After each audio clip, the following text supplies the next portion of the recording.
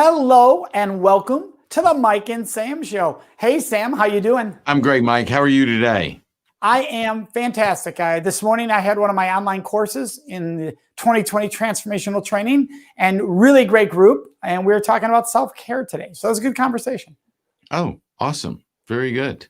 How about you? Sure What's new with you? Are you sure that everyone felt it was a good conversation? Maybe someone felt it wasn't a good conversation. That is possible. What we try to do is create an environment where they feel safe to give that feedback and let us know. Yeah, which kind of brings me to the whole idea of what happens in an organization when there's a difference of opinion.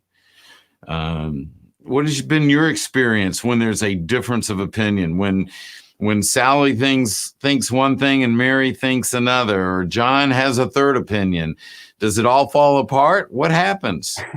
Well, it really depends on the structure of the organization, right? That has a huge influence on these discussions and the culture of the organization. Those two components are huge. So if an organization says everybody's voice is equal, and you come down to a moment where two people differ and you have to make a decision, and you say, well, the person who's in charge of that department gets final say, then stop telling everybody's voice is equal, because that's not a true statement. What you'd want to rather say is we value everyone's voice, and in moments of decision, the person who's in charge of that area will get priority, right? That would be more honest than saying everybody's voice is equal, because what that does is when I have a differing opinion, I think I don't count because you said I'm supposed to count and you didn't count my voice. Yeah, and that's why I like to phrase it when I'm working with leaders in an organization, to create a safe environment where everyone has an equal voice around the table, from the standpoint as everyone is heard. Everyone is heard. Yeah. We listen to you. We evaluate it. Now, I think it at the end of the day, at the end of the day, the CEO makes a decision, or at the end of the day, the head of the department makes a decision.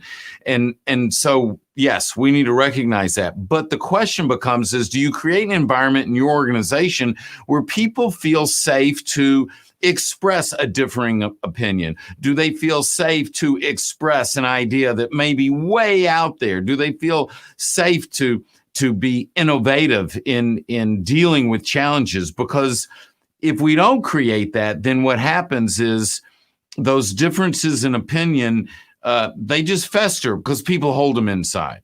Yeah. And look, we go through different phases in our career where we're better at this, or our own self-esteem and stress can weaken us as leaders at being good at this. And what I mean by that, I know myself, there have been times where I wasn't as good at this with my team. And, both of us have teams, right? We have people that work with us that help us. And I know there's times I've been way better at this and times I wasn't the best. And what I would notice is if there's a fracture in a relationship, or if I'm under high stress, I just feel myself, there's nothing with the other person, you get into a yeah, but mode, and that stops people from sharing.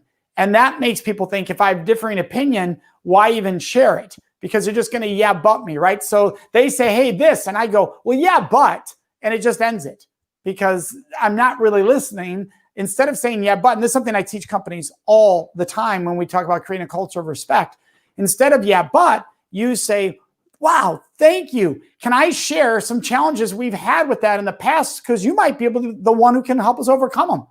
Because the yeah, but is almost always, yeah, but we've tried that before. Yeah, but that doesn't work. So instead of what didn't work, open the possibility that this person could be the first to solve it. And that's a different mindset. Yeah, exactly. As soon as the word but comes in, then people already know that they're being marginalized. The word to use is and, if the situation requires something like that. So we talk about, that's something I want to share, but I love what Denise says here. I think that it has to be set as a norm and modeled by leadership in order to work effectively. And that, in essence, is really what an effective culture is. It's a positive situation that's modeled by leadership. This is how we do it here. Not only is it modeled by leadership, but leadership doesn't accept anything less than that. So if if I'm cutting people off, if I'm not letting people be heard, then whoever is above me needs to come to me and say, Sam, around here, people have a voice. People get to be heard. We evaluate what everyone says. You need to be listening to everyone. And if I continue not doing that, then I don't fit into that culture.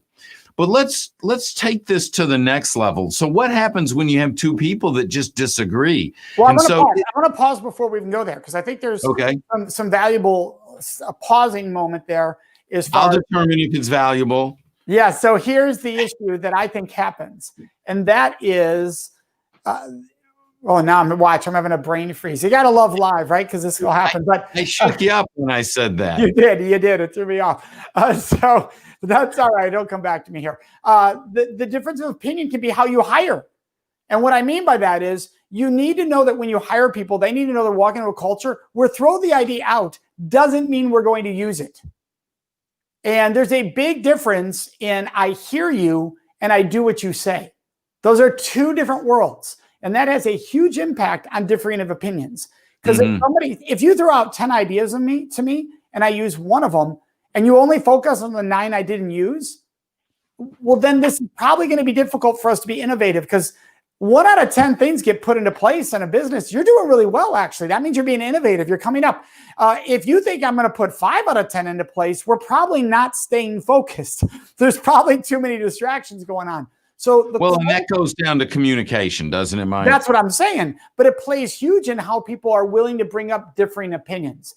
Because if you think, well, if they don't implement it, I'm not going to share it, you have not trained properly so people understand sharing does not mean implementing. We want you to share. It doesn't mean we're going to implement. And that has to be understood on all parties.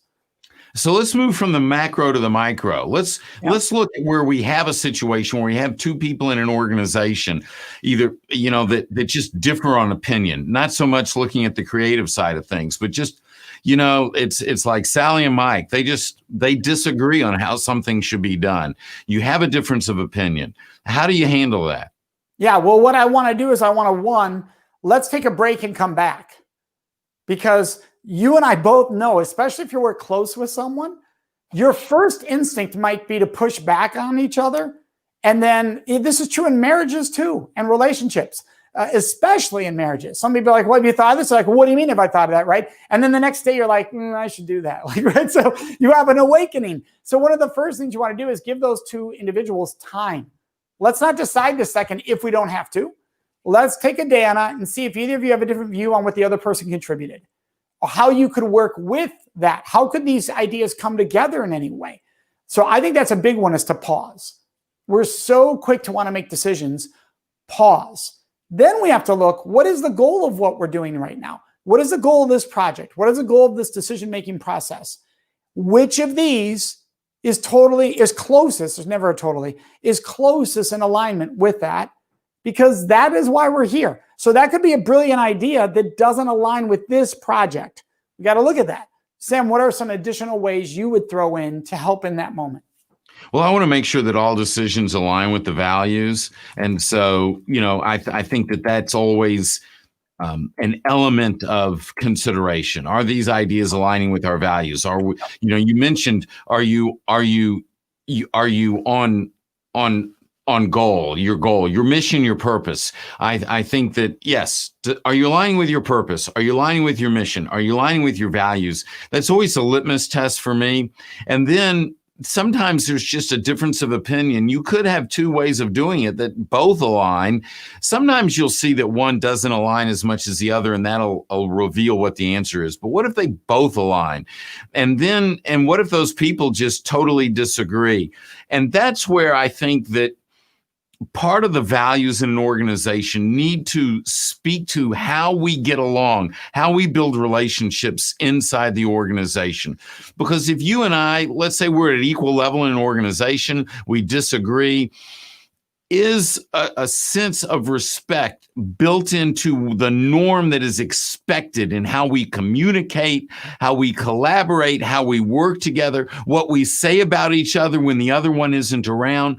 All that is part of that fabric of the culture. And so it's not just in this moment when you and I disagree on something, it's what foundation has been built in the organization long term, so that when this moment does happen and we disagree, that we handle it in a way that it doesn't fractionalize things. It doesn't pit you against me. It doesn't pit your team against my team. We see that all too often happen in organizations. So like many situations, this is one of those things that you deal with yesterday. You lay the groundwork for an environment where we can disagree with each other, but we know that we must respect each other. Yeah, that has to be the core. And of course, that's what I live and breathe, is that word. And so it's got to be at the core. And here's a key component: acknowledging when we failed on that level, because we're going to, right? You and I talk about this a lot on the show. Everything we talk about is an ideal and an aspiration, but none of us are perfect. And none of us are perfect. Like you, I don't like the word but. And none of us are perfect. So when I fail to do that, I need to own that publicly, by the way, so that everybody sees, oh, Mike knows that's not acceptable, that that's not the values we stand by, or that Mike that doesn't align. So I have to own that. So if it looks like that we disagree and I'm like, well, they're always getting their choice picked, if I say that within the day or the next day, I should catch that if somebody doesn't bring it up to me and say, you know what? They're always choosing theirs because it's taking us down the right path. I need to come up with better answers, better solutions. It has nothing to do with them being chosen because it's them. It's because they're coming up with great results. Probably why we keep going to that. And that takes some being humble and recognizing, and that's a struggle for people. But we have to help ourselves understand, if my idea is never being used, there could be a reason. Right. And so if leadership's doing their job and evaluating the ideas and providing feedback, and there is no bias, then if your ideas aren't being used, it's one thing. But now you brought up a key word there. That's if there's no bias. Bias, yeah. Because if somebody is being always heard over the voices of everybody else because of either an intentional or an unconscious bias, we have a major problem, major cultural problem. Well, then you don't have safety in the culture. Then it's not safe to express your opinion. Your voice is not heard. It's you're not valued. You're not valued. It's not a healthy environment. So bottom line, create a healthy environment for people. Create a place where people are heard, where their ideas are listened to. And that's in the big picture. But in the small picture, it's about creating an environment where people learn where we teach everyone in an organization how to communicate with each other, how to share ideas, how to have a difference of opinion, and through respect, work to a solution that everyone can agree on, and then move forward, rather than having that difference of opinion being something that disintegrates a relationship and creates a worse situation in your culture. Correct. When you have a healthy culture, so let's say there's not blatant bias taking place or even unconscious that's harmful, because there's biases in all of us. We understand that. But if you have a healthy culture in those moments, then that's going to lead to me not being caught up and making it about me, right? It's about me when we have an unhealthy culture. If everybody's trying to make it about me, why didn't they choose me? Why didn't they choose me? Instead of, all right, I'm curious why they chose the plan they chose, because that's not about people. Why did they choose the solution they chose, so I can better understand what they're looking for in the future. That's not about me. That's understanding what they're looking for, what the we versus the I, and it makes a huge difference. And when an organization takes the time to focus on this, they create a better culture. They create a place where people are happier. They retain the best. They attract the best. They build a better organization.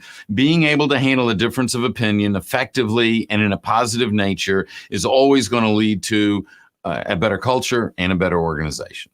Absolutely. That's a great place for us to pause today. You are listening to and you're watching potentially the Mike and Sam show. Sam, you want to let everybody know how they can find us? Sure. Well, absolutely. And if you want to bring Mike and I in to work with your team, to work with your leadership team at any level of the organization to help you build that amazing culture, reach out to us. You can follow us on youtube.com/the Center for Respect and youtube.com/Sam Silverstein.